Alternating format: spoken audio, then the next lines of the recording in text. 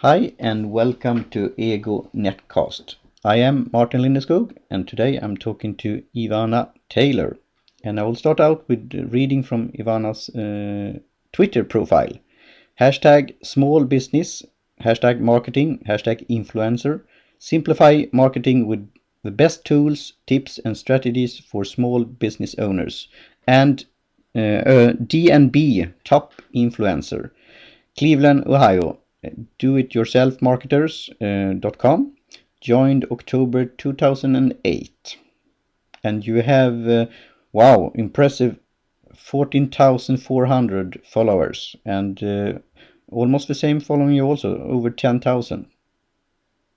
So I'm welcome sorry, to almost the same as what?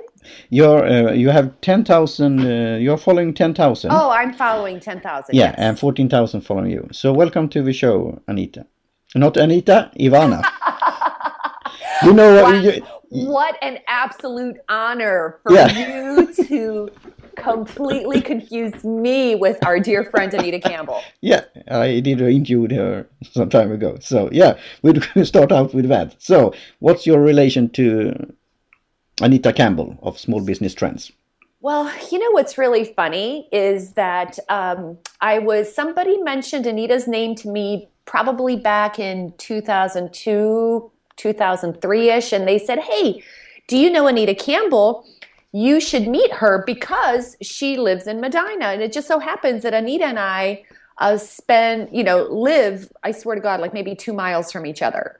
So Wow, we're yeah, on the same side of this little town, which is just south of Cleveland, yeah, Ohio, um, on the Great Lakes, on Erie, close to Lake Erie. I know that so many of your listeners, especially those in Europe, I'm always amazed at how savvy they are with geography, and we Americans not so much. But if you know where that is, that's where we are.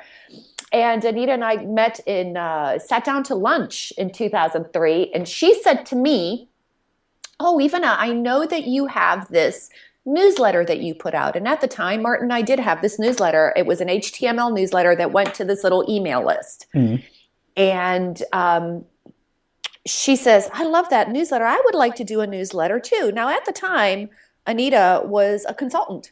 yep, Like she was helping people do business plans and stuff like that. And so she says, "I love this newsletter thing you have going on." And I said, "Well, thanks." And we get to talking about it. Well, I don't know if people know this, but Anita Campbell actually worked for a technology company. yep, And so she was actually creating like online, I don't know if it was like a catalog. I just know that there was an online connection, right?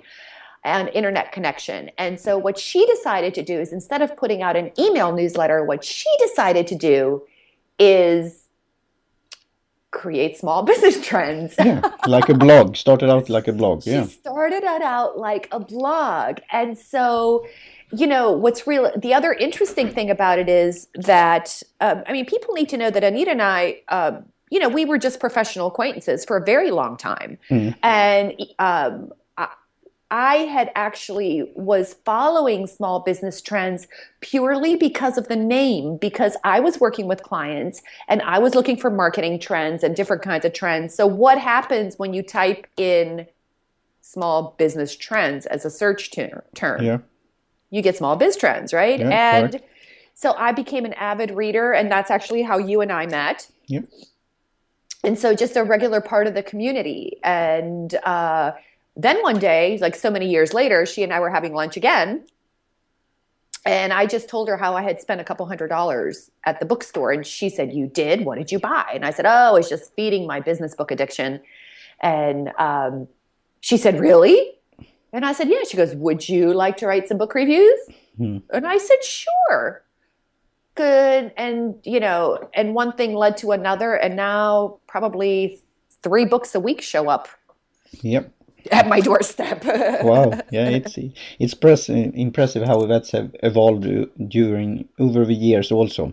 Yes, yes. So I've probably digressed from where you wanted to chat, but that is the Yeah. connection with Anita Campbell, and we are great friends. And she is a client of mine, and I'm ever so grateful to her for the support that she's given to me and so many others. Yeah, me too. And it could be like a segue there also and continuous, because it's Midwest Ohio, and I worked in Troy, Ohio, and I visited Cleveland once for a welding fair. And there's your background when I listened to an interview with you in, excuse me, when was paper on the microphone there, Boomer Business Owner by Charlie Posnek, I think he's pronouncing, in April this year. How to do less marketing and make more money. And then you told the listeners about your background in the manufacturing industry and do-it-yourself marketing. Yes. Exactly. Oh, so, do you want me to? Yeah, that will be interesting to hear your. I mean, we will talk about what you're doing now, but it's been interesting to hear a bit of your background and your former work and what you're doing now.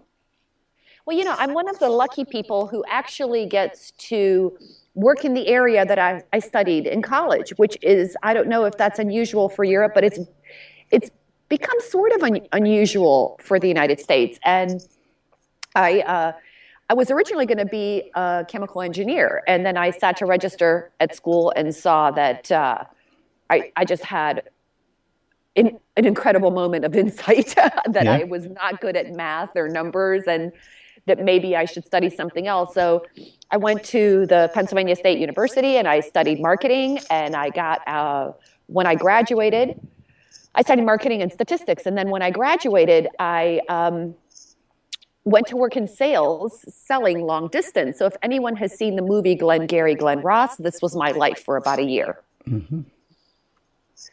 But I've always loved manufacturing. Yeah, me too. I love the idea of actually making something, a physical product. For some reason, that's just I'm interested in it. I guess I've always had this underlying desire to be technical, even though I'm not. And so I started working in manufacturing. I started in pharmaceutical packaging, and then went into like some also components for medical devices and equipment and things like that. I've just always loved it. And I still have manufacturing clients because I just love the idea of making something. And so I've had a whole 25 years of working with companies that you've never heard of, but you use their products all the time. Yeah, I mean, I worked for that company like that had they were on the big exchange, and they were like 600 companies and so on, and things that you using maybe every day in one way or another, but don't know so much about the company. So exactly. And in Midwest, I mean, that's the distribution and logistic hub for many things like auto industry and others. Exactly, and I'm not even going to get into that, right? But there are something like, and I hope I'm not misquoting the statistic, but something like there are like 2 million manufacturing jobs open in the United States that they can't fill because a lot of the younger generations see manufacturing as dirty and manual labor. But I'm here to tell you that it is a highly sophisticated industry. You know that. Even if you are a production person working on the floor, you have to have computer skills. You have to have a certain skill set. And I've actually found it very, very rewarding. And what's going to get us into the next phase of the conversation is I think the bulk of what I've learned about my approach to marketing actually came from there. And I've learned a lot about processes. I really love processes. And I remember when we started taking on the ISO standard, the International Standards Organization, the manufacturers were freaking out. And they said it's going to limit our creativity. And what I learned in that process is that when you have a good structure in place, it actually frees you to be more creative, right? So I learned a lot. And the other thing that I've learned that is related to marketing is that I noticed that a lot of manufacturers, I actually have a degree in industrial marketing. And my opinion is that consumers are consumers. people buy products, not organizations. I mean, yeah, they belong to an organization, but people make buying decisions. So why is it that the buying decision that they're going to make, yes, it has a different structure, right? There's, there are more variables in place, of course. But why do we treat buying centers for an industrial purchase of $2 million? Why do we treat that buying decision differently than that person that then gets in their BMW or whatever, and they go to the store and they buy a certain toothpaste, or they go and they buy certain clothes? All buying decisions are emotional. And we know that now. It was anecdotal in the past, but now through the studies in fMRI and the work of Martin Lindstrom, your countryman, or is he? Yeah. Isn't he from Sweden? Yeah, I think so. And, the work that he's done shows that no matter how you slice it, a buying decision is emotional. And the deepest emotion that we have is our connection to another human being. And any brand or any product or service out there is an extension. It means something. And that's why I always say that marketing is more about who you are than what you do. Because and how do I get to how to do less marketing and make more money is if you're really, really clear about who you are in the world, what you're committed to, and what people can count on you for, you don't need this long, extensive list of things to do. It will be obvious to you. And I mean, I have an actual practical example of that, and it's a regular example. I was visiting my parents, and my mother received a phone call from a friend of hers. Now, I will tell you that I don't particularly care for this person. To me, she occurs as sort of like a negative and mean, and I don't know, there's something about her I just don't care for. Like, I would not be friends with her. And as it turns out, this woman has a strained relationship with her sister. And so she called my mother for some advice. And I hear my mother on the phone saying, the sister was coming to visit, and she says to my mom, what should I do? And my mom starts just giving this list. Well, you should pick her up at the airport and maybe take her to a restaurant that she really likes. And maybe you can do something nice in her room. Or, she goes through this laundry list of things to do. Right? And, the conversation ends, and I say to my mom, wouldn't it have just been easier to say to her, why don't you just be a loving sister? Because what would a loving sister do? That's my point. So. That's interesting. And we will soon come to the, halftime thing. And then we will talk more about how you connect your feelings you have for things and your sense and your thinking, and how you value that. And when I did a search on your name, I have also a special last name, Lindskog. When I get around 18,000 hits or something like that, and you get like 21,000. And there it was one of the things you got, like LinkedIn high, and that's what was one of your tips to have a blog, do a LinkedIn, and then choose your social media platform when you talked with the Boomer podcast. And when I saw one thing there, a little bird, and when we come into this influencing thing in a positive way, that you are ranked at that time number 21 of 30,000 of the whole internet. Yes, how about that? That's crazy, isn't it? So what is the little bird doing? Okay, so I think I'd want to give a little bit of context to the idea of what influencer marketing is. Because we know that it's always been around, right? You have Nike and all these big brands, right? They have spokespeople. The idea is that their audience will connect with the spokesperson right? And buy their product. That spokesperson has to match the brand and the message and the aspiration for what that brand is, right? Mm-hmm.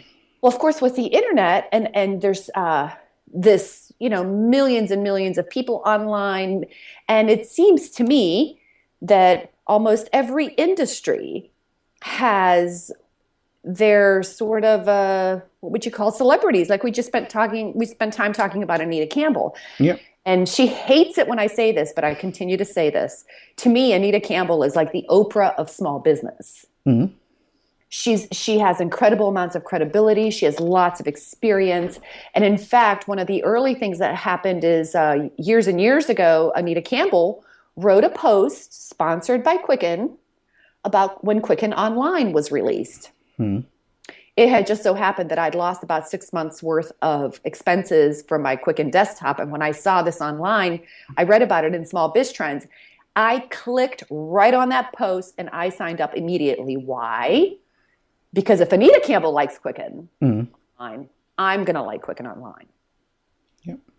See what I mean? And so influencer marketing has been around for a while, but it's, with more and more industry segments and areas of interest, big brands are really trying to reach out to small business. In fact, the Corporate Executive Board, CEB, is a research organization and they research small businesses. And one of the things they discovered is that small business owners engage with and listen to other small business owners 1.67 times more than anyone else. That is like a huge important thing. And so basically, that's how you become an influencer. I did not know I was an influencer. I had no idea until I had appeared on a couple lists, but it wasn't until I appeared on the Dun & Bradstreet list. So I'm getting to Little Bird, right? It wasn't until I appeared on the Dun & Bradstreet list that I really got curious about it. So I looked down that list. I'm on that list, but John Jantsch isn't. Mm-hmm. And I'm like, how is that possible?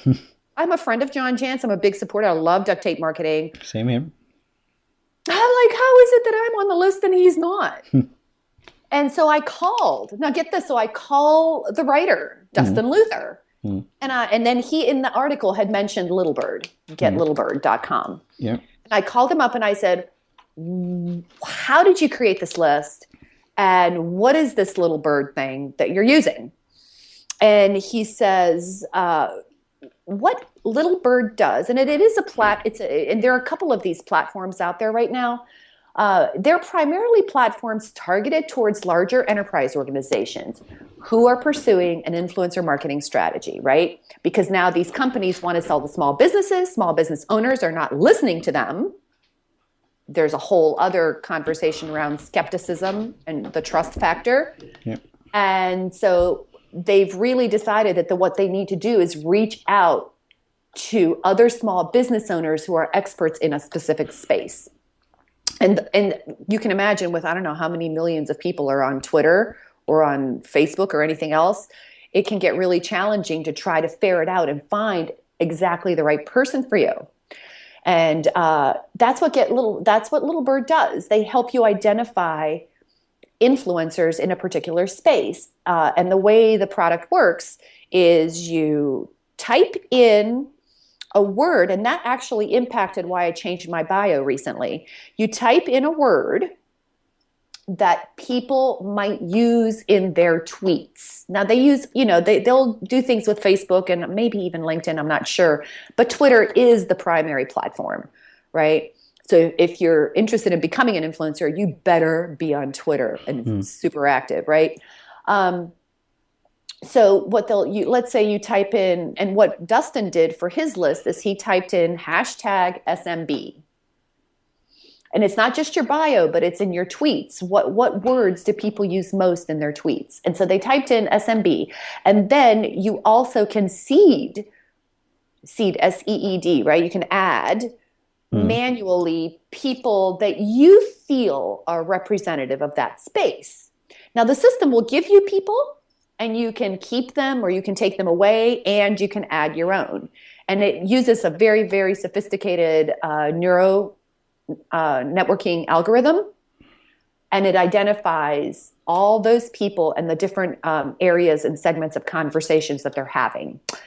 And you can export that list. You can create a Twitter list from that. You can do a variety of different things, but you can engage with people at a specific place. And what Get Little Bird does is help you move your engagement forward. So they have charts on saying, like, out of this list of 100 influencers that you've created, right? It's your own little custom list.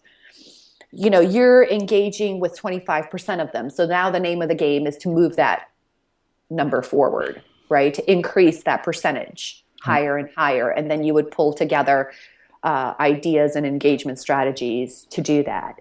So that's what Get Little Bird is. Now, you know, it is for an enterprise organization. So if you're someone like me that's more of a DIY marketer, you will have to piece together different platforms to have that same thing happen, right? So I actually, because I can't afford Little Bird, because I'm not an enterprise organization, they do have a price level. I mean, you know, if you're going to be doing some research and you're going to be doing it for a couple months, it's $250 a month. So it's not out of reach by any stretch. You know, if I wanted to do some research, I would absolutely invest in it for a month or two. It's that good. But if you want to be doing things on an ongoing basis and you can't afford that level, what I use is a platform called socialbro.com. Okay. And, you know, that allows you to identify influencers according to the same thing, like I just said with Little Bird. You can set like attributes and different things. But what I do to create Twitter lists is I use if this, then that, IFTT.com. And I just create one of those little recipes and I say, you know, create a list of people who use this hashtag.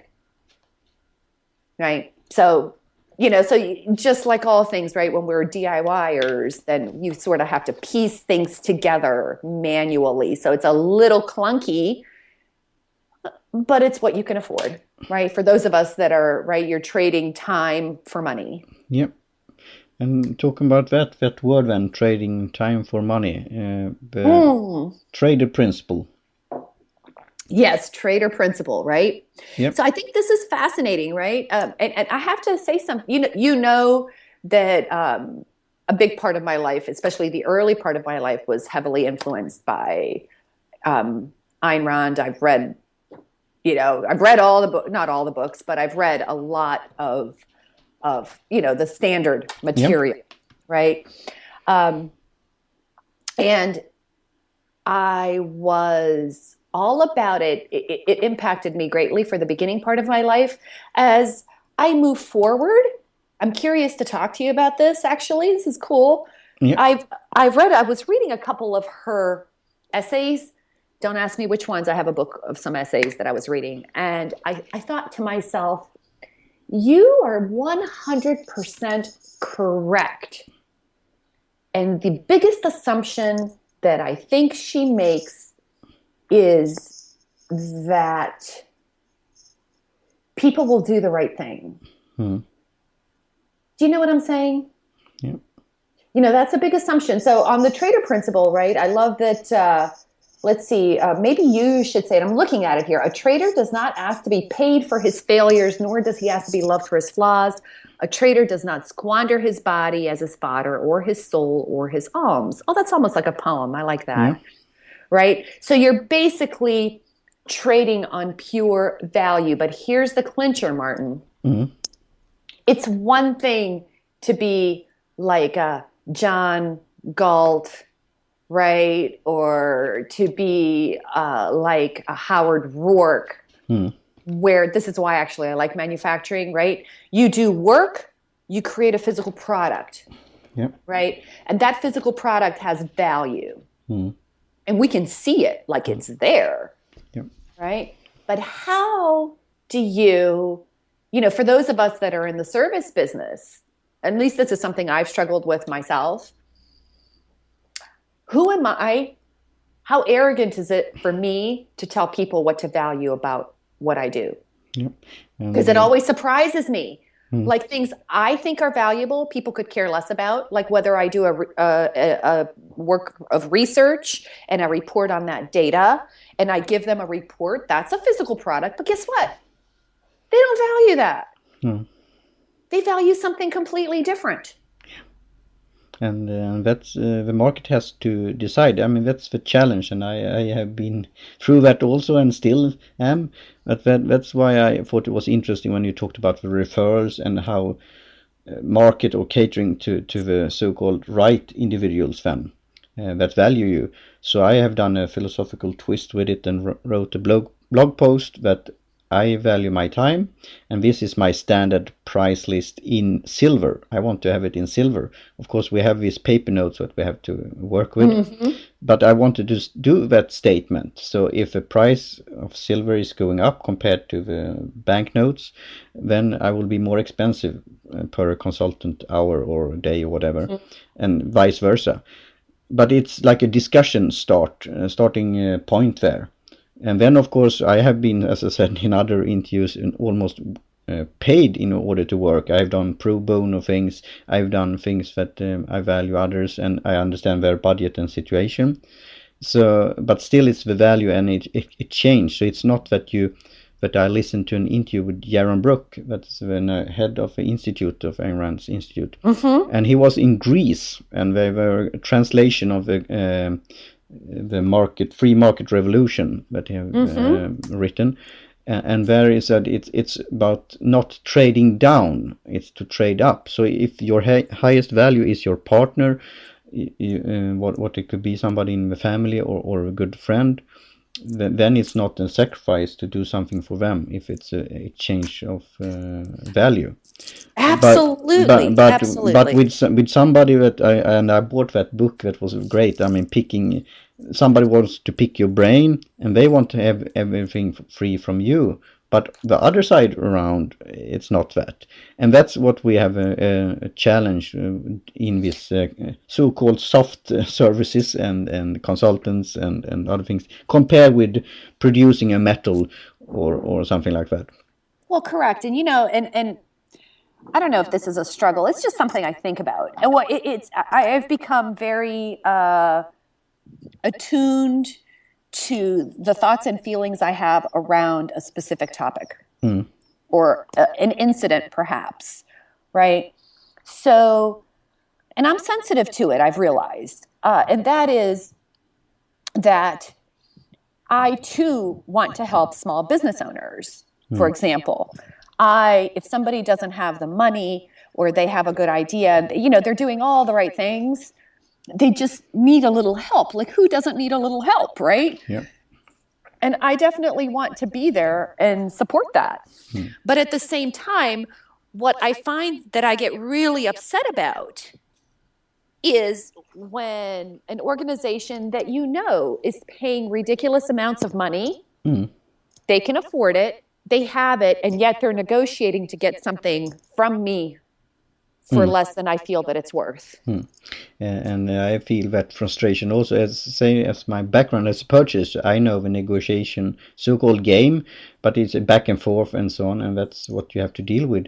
But then maybe it's that moment that you say, okay, we are not trader partners, so we have then to part instead. And the good individuals and organization will come to you sooner or later. That's my, insight after all these years. But that will come, and then you could use your do-it-yourself marketing and online marketing and digital marketing, and with conversation marketing for other products that you're doing, and find individuals that share the same values and that you have fun with together and passion and so on. And that's a really good point, Martin, right? Because what I've learned inside of my research into this influencer marketing is that, like anything else, it's a strategy. Some people choose Google AdWords as a marketing strategy. Some people choose direct mail as a marketing strategy, or speaking, or whatever. And I have found that those companies, that have researched have researched the area of small business, have really taken the time to understand who small business owners are and what matters to them, and then have made the decision that what they want to do is create a space where conversation happens, and there's support for that space. That's a specific philosophy, and not everyone has that philosophy. And so the determination I've made is that I want to work with companies who love small business owners. And yes, it's, back to the Ayn Rand philosophy. Of course it's selfish. Well, duh, they want to sell more stuff to small business owners. Correct. I mean, you can't lie with, demographics don't lie, I always like to say. A lot of people say that. There are way more small business owners than there are multinational corporations. Yep. And those companies that have already built up an infrastructure and that have used their business with multinational corporations to fund the building of that infrastructure are now able to use that same infrastructure to help small business owners. And that's what they want to do. Yep. So, of course, it's selfish. Yep. God bless them, right? Like, where would I be without Verizon Wireless? Yep. So, and that's what we have also, and that's why I have been debating that also, because it's one thing to support small business owners and small businesses, but also at the same time support big business, because that could be a goal. It's not my goal to become a big business, but you could become that, so you have to support the whole journey.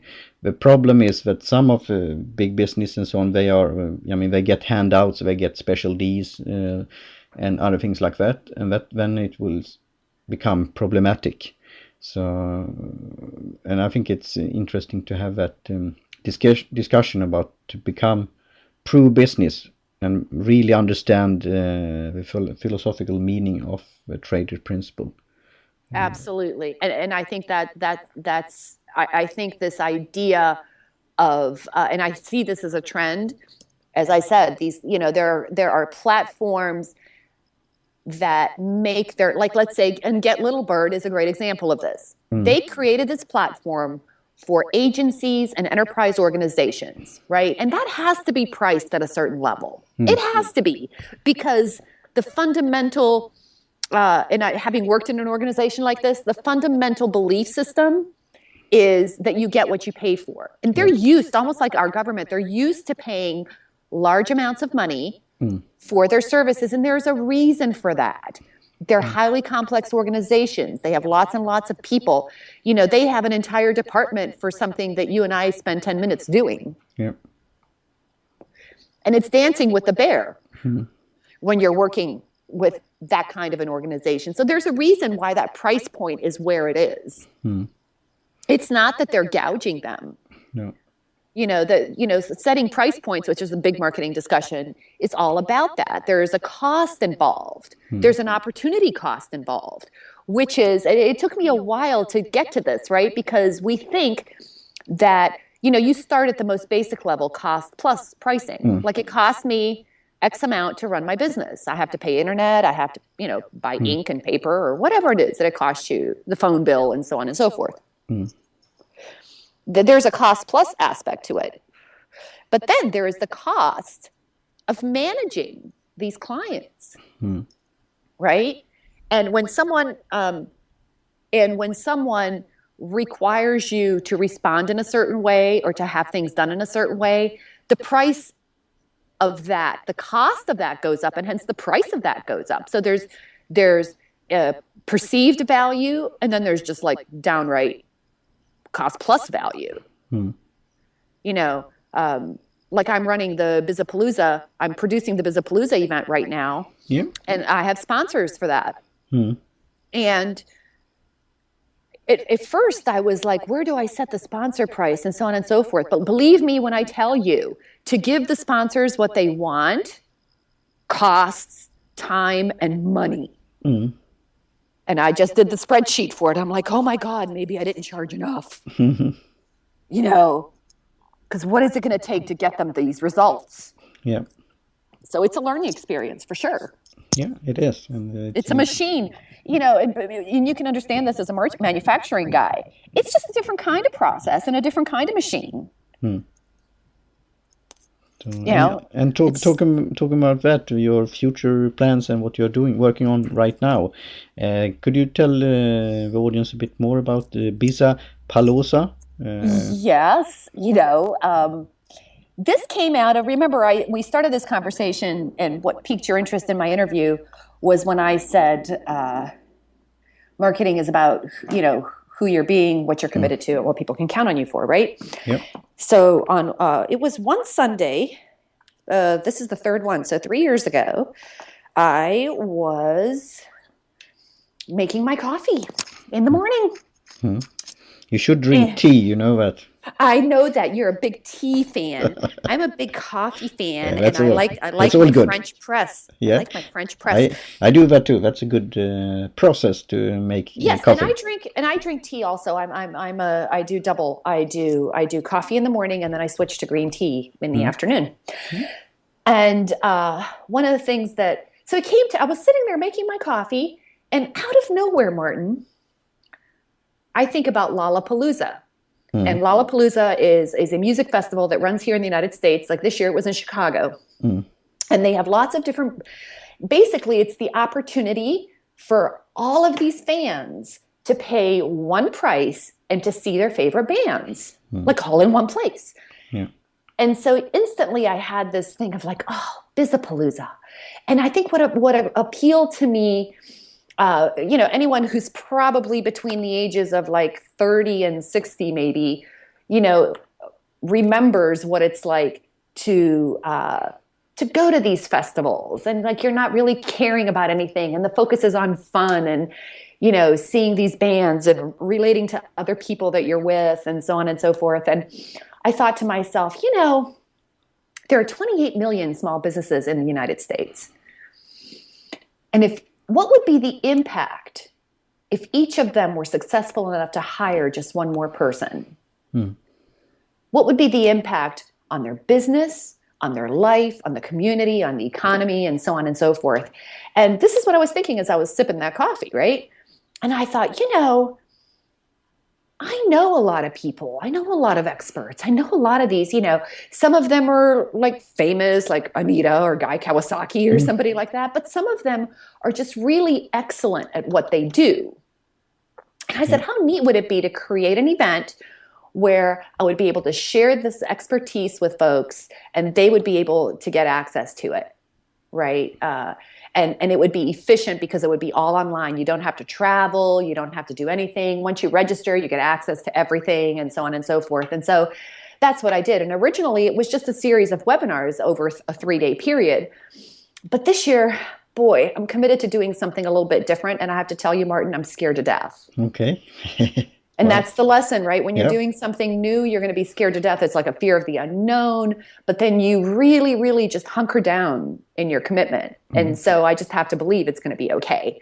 More power to you. So, right? Do you want to tell us?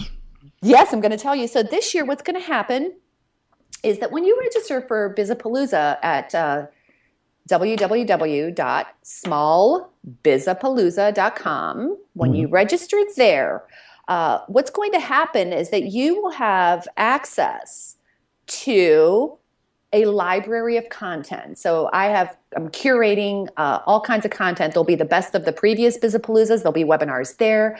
I've got experts contributing additional webinars, swipe files, templates, ebooks, articles, all kinds of really, really great stuff. And you know what I've done, Martin, is I've divided it up into 7 topic categories, which I'm calling stages. Wow. So there's a startup stage, there's a networking stage, a productivity stage, a sales and marketing stage, a money stage, a people stage.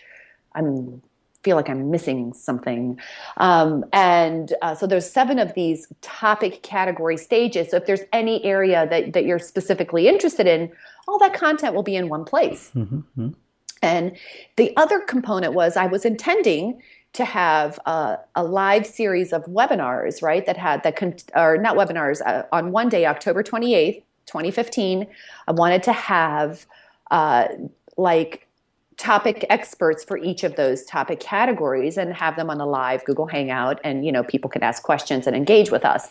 But then I thought to myself, I'm not sure I want to do that. Actually, what I'm thinking about doing now is creating actual web shows for that day that would occur almost like a little web documentary. Wow. Okay. So I've never done that. Ask me what I know about producing anything. And the answer would be not a lot. So it's this whole idea of, I feel like I'm having my own hero's journey, right? I, want something. I go on the journey. I come against obstacles, and I'm committed to coming up to the other end victorious. Great. Best premises with that. So when is it, and how do you sign up? You can sign up right now at smallbizapalooza.com. Click on the button, register yourself. I really recommend that people do that. Right now it's free. I'm not promising that it's going to be free. What's probably going to happen is that after October, or maybe close to the live date, there will be a fee involved. So I really encourage everyone to sign up. And now we're also doing a couple sort of preparatory webinars. About every 10 days or so, I do a webinar. So you definitely want to be following me at DIY Marketers. Follow the hashtag Bizapalooza, so that you can know when these things are coming up. If you register for one of the early webinars, you'll be instantly registered for the main event. And one thing I can promise is that it's just a fantastic way to get access to people and information that you would never get at this price. I mean, the people that are going to be on Bizapalooza, Martin, I mean, honestly, they are truly giving of their time, and they're sharing things that people normally pay something like $10,000 a day for. Yeah, but they want these to are not like loser people. No. These are serious experts. Yeah, they want to be at the same stage as you. I don't know if they want to be on the same stage as me, but I think what appeals to me about all of these individuals is, again, inside of those commitments, who these people are in the world is a stand for that independent small business owner success. That's great. And they're committed to small business owners being successful, and you can count on them for really, really sharing their best strategies, tips, and insights. So the content library is going to have, all the pragmatic how-to tips and things that you're used to seeing on webinars and these kinds of things. But what I'm looking for in terms of October 28th and experiencing those live shows is, I'm really committed to people having an emotional experience, being lifted, being inspired, really seeing, getting access and being able to engage with folks that will engage back. How many years have you done this? This is my third year. So it's a traditional then? I am. I'm really making a commitment to doing it. And what the other thing I'm going to be doing differently this year is I'm going to keep it going. I have Canon, we're in the process of working out the sponsorship details for that. And they would really like to keep that going. I mean, they have really come out as a strong stand. Oh, can I say one more thing? Yes. I want to say one more thing. One of the things that Canon is doing, as I said, they're such a strong stand for small businesses that here's something you don't know. Canon hasn't launched a new printer. Yeah, I've heard about it. I listened to the interview with Brent Leary and what's her name from Shark Tank and so on? Oh, yes, Barbara Corcoran. Yeah. Right? Now, one of the things that Canon did that people don't know is, and I happen to know because I was at the CEB conference, the influencer conference, where they featured Canon and the campaign I did with them. And even I didn't know this.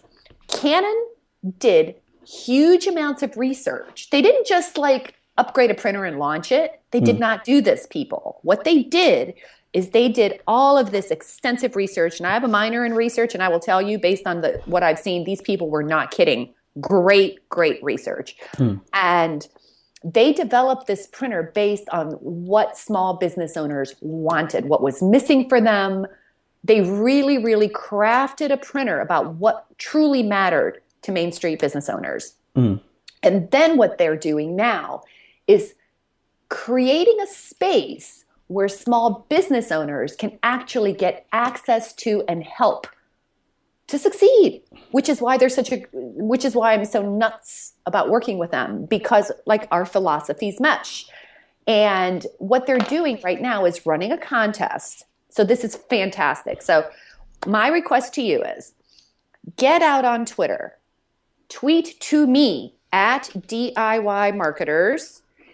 Tweet as many business challenges. You can send as many tweets you want. You just put at DIY Marketers and hashtag Maxify Contest in your tweet. And you will be eligible. Like if we pick your challenge to work on, you will be nominated to win either, like I think is it 8 people I think are going to be nominated at the end. One of those 8 people is going to win a face-to-face with Barbara Corcoran. Wow. And the other folks will win a printer package. Now, the only unfortunate thing is, and you and I talked about this, is that you have to be in the United States to win. That is one of the criteria. And I'll tell you why. Because they're not going to ship this ginormous, it's not ginormous, but it's a big box, the packaging and everything. It's a big box. So they're not going to ship that anywhere else. It's funny that you mentioned that, and Canon, they have a saying in Swedish, Canon. It's pretty hard to translate, but can somebody, Canon can. But in Swedish, it's all a case there, or C's. Yes. But it's funny that you mentioned that I won a printer of another brand, big printing brand, when it was Raymond Ray, I think, and others had a thing in New York, and they were testing this e-printing feature. So I sent in a tweet or an email, and then it printed out my question, and I was the lucky winner. And they I have a blog post on that, and they sent that from America, and it's worked here also in Europe. And that's what the one that I still am using, because I mean the printing has, and that's what you see with the free market printing now. You could get, I mean it's better qualities and features, and lesser and lesser price. If you compared with back in the day, I remember when I bought a fax machine long time ago. Yes. But the thing is, what was costing is the quality and research and development, and the ink and the toner and the printing things, putting on paper that it will be economical and so on. So it's great to hear about Canon is doing research on that, and also thinking so-called out of the box a bit. Because the printing, it was so funny when I listened to Brent's interview that printing machine had been either one black color or gray or some others, and a big box. Yes. Not a thing that you could almost decorate your office with. Yes. And it was funny when I heard her saying what she liked about that it was take lesser space, still as effective, but also looking good. So. Oh yeah, I have pictures of mine, and I have to tell you, this whole thing came at a great time because the printer I had actually had died. And you know what? This is fascinating. The printer I had, I got on sale. It had all kinds of bells and whistles, and honestly, I was very disappointed. It would take, I would press the click button, press the print button on my computer, and that thing would go for 5 minutes before I got my stupid piece of paper. Wow. And this particular one that I have now, which is the Canon Maxify, I'm in love with it. I press the button, I can hear it immediately, so I can print from my phone, from my computer. The other thing I really love as a marketing person, the quality, and of course that makes sense, right? Canon also makes, what do you call them? Cameras. Yeah. Right? And this is what they're known for. The images and the color that comes off of this inkjet printer, you would swear look like either laser or, whatever. I mean, and it doesn't like, okay, granted, if you spilled like water on it or something, you would really mess it up. But like it dries so fast, so you don't get that smeary. I've had that happen. All this. I am really pleased, and honestly, I've had it now for quite a few months, and that's how long it's taken for. I don't print a lot. I work online, but I do print, and I've just been thrilled to bits about it. Have you taken a selfie with it? Yeah, I haven't taken. Oh, that's a great idea. I have not taken a selfie with it. I have taken a picture of it and put like hearts and flowers all around it. Martin, I don't like taking pictures of myself. The fact that I have to do video, remember how I asked if we were going to do audio or video? The fact that I have to do video is not my favorite thing. I'm just not extremely photogenic, but that's why I'm doing audio. But but I like your videos and I like your hangouts. Do you want to say a little bit about that? Your spontaneous hangouts on Google Plus? Oh, the silly things I do. Well, you know what? And there's actually a lesson in that. One of my online business manager and I, we're always looking for great tools. And I've used GoToMeeting, I've used AnyMeeting, I've used lots of different kinds of platforms, and there's nothing wrong with any of them, right? They're all fine. But I've got to tell you, I am in love with Google Hangouts. And so we wanted to learn how to use Google Hangouts. And so we said, hey, why don't we do this like random hangout? We don't want to prepare. We don't want to do anything. We just like want to show up and play. And so we created this random hangout thing, and we are doing it Wednesdays at 2 p.m. Eastern time. But the thing is that with Bizapalooza happening, with a Canon campaign happening, I really, haven't had one in like a couple weeks. But I love the hashtag random hangout. I also run hangouts called Masterclass, and that was easy. Masterclass is again what I'll be doing with Bizapalooza, where I'm on with like subject matter experts and they kind of talk about their lessons that they've learned. That was easy is when I'm talking to subject matter experts on something very specific, and I teach people how to do things that they thought were hard but are actually easy.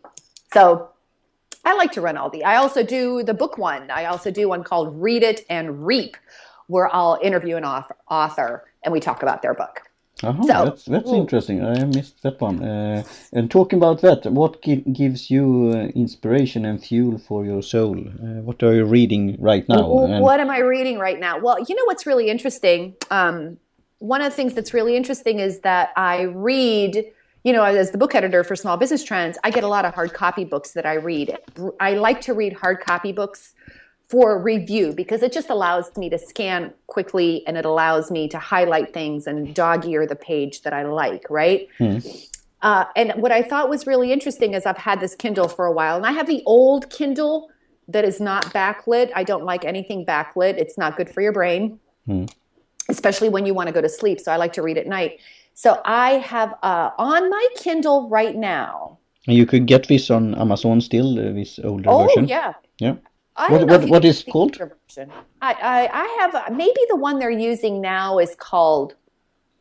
Oh, I can't remember what the one is now because I don't have it. But we could check that later. Yeah, you can check. But I do think that they have the light that comes on it is almost like a physical light that comes on the page, and that's why I like Kindle. Kindle's really committed to not having backlit light on you.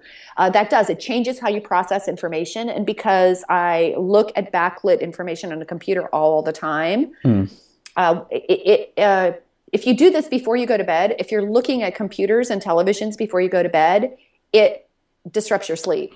Yep. So I make a conscious effort to shut electronics down, whenever I can.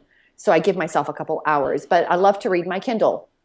And so I have all kinds of things on my Kindle. I have mostly fluff. I love to read a silly author that I found on, and you've seen my book reviews on this. His name is John Locke. No, not the philosopher, a modern guy, Locke, and he writes these guilty pleasure books. He's got 3 characters, and he's writing all these, and each character is a book series. So there's one called Donovan Creed. He is my favorite. He's almost like a James Bond, but he has character flaws. And this guy's writing is so cheesy, Martin. It is so unbelievably cheesy. that I will be laughing out loud in the bed. And my husband's like, what's going on with you over there? Sounds interesting. I think I have to check it out. You're going to have to check it out. During as an inspiration for my book writing on tea. That will be a series of books, and it will be cheesy, and it will be so-called whimsical in a rational way, and hopefully funny and inspiring and informative at the same time.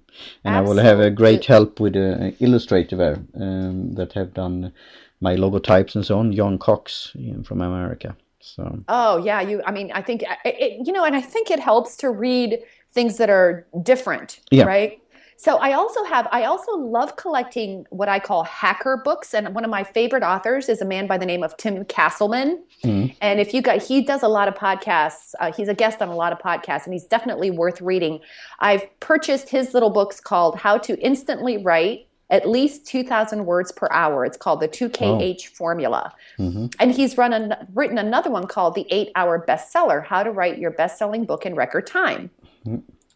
I like that one.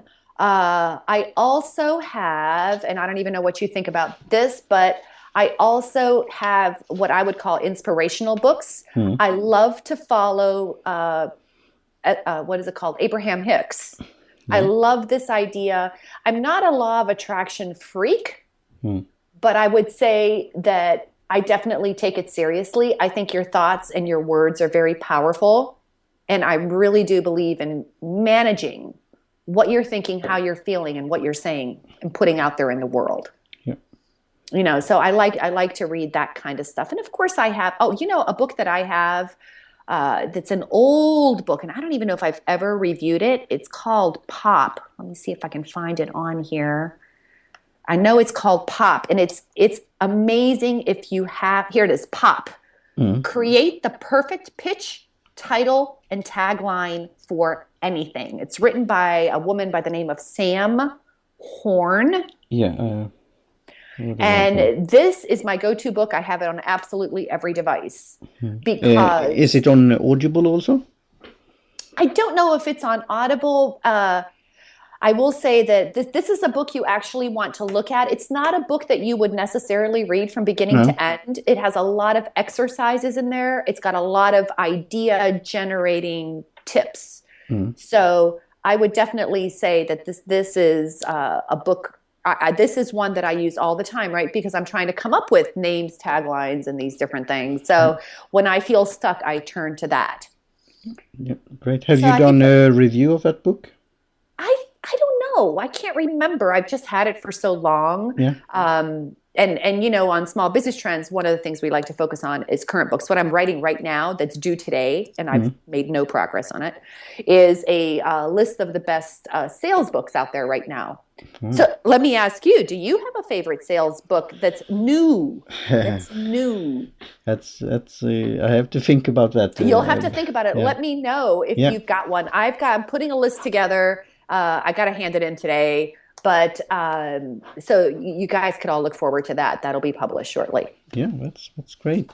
And wrapping up a little bit here, anything else you want to say regarding the future and where you could find more information about yourself?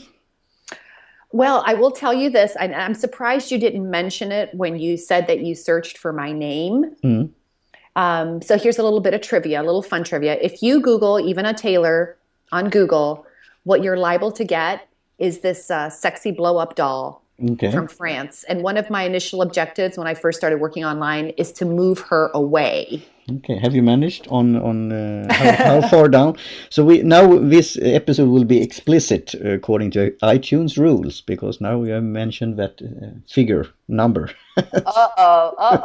That's okay. But I didn't say any bad words. No, you didn't. But I know how it could be sensitive on Apple. So no, so it's one of you can just take it away. But no, I will not. So that's good. I would definitely. That's why I always say to people, Google your name so you can see what you're up against.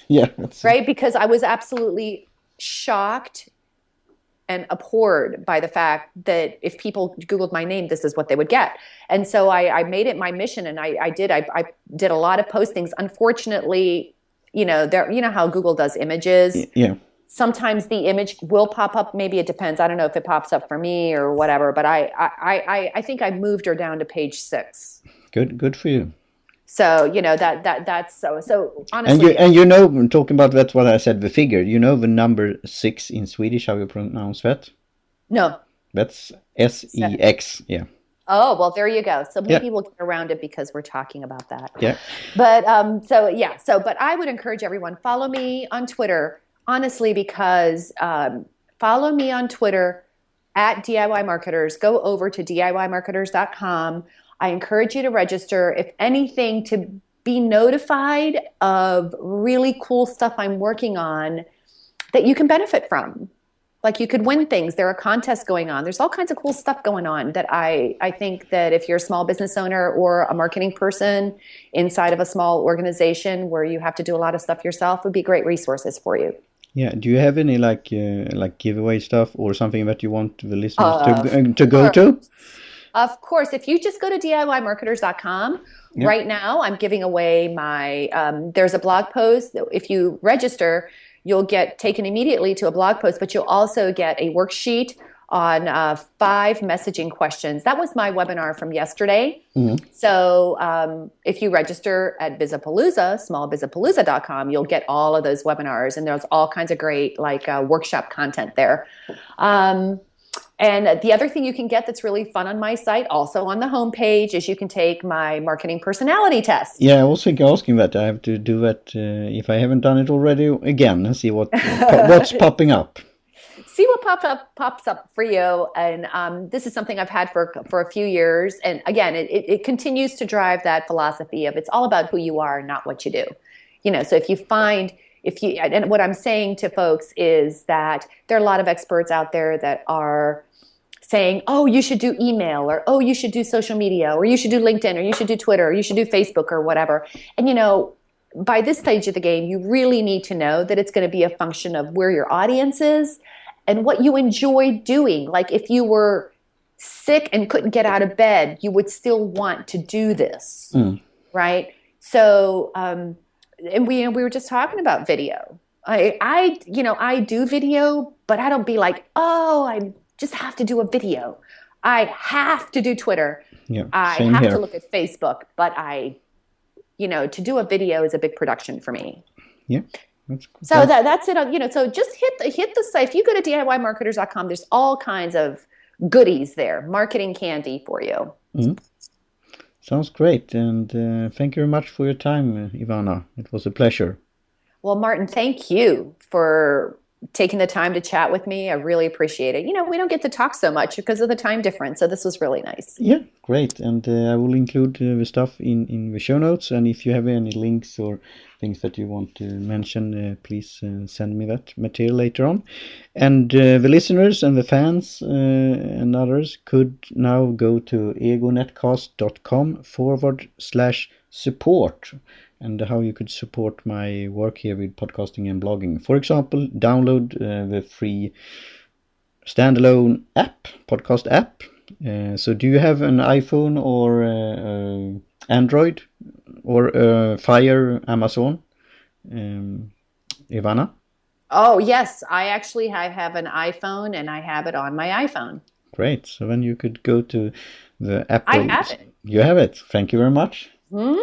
So that's great, and there you could comment and go to sites and so on. And I will also think maybe we could have some discussion about that extra material. Maybe we could do together and so on, because in that app you could add, for example, PDFs and videos and other things like that. Mm-hmm. That only listeners that have downloaded the app could see.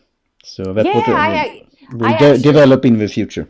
That's really fun. I actually did a DIY Marketers app. It's almost like a book app. So there's content in there, and then you can get stuff, Yeah, great. So I will download that. So good to talk to you again, Ivana, and talk to you soon again. Sounds great, Martin. Thank you. Cheers. Cheers.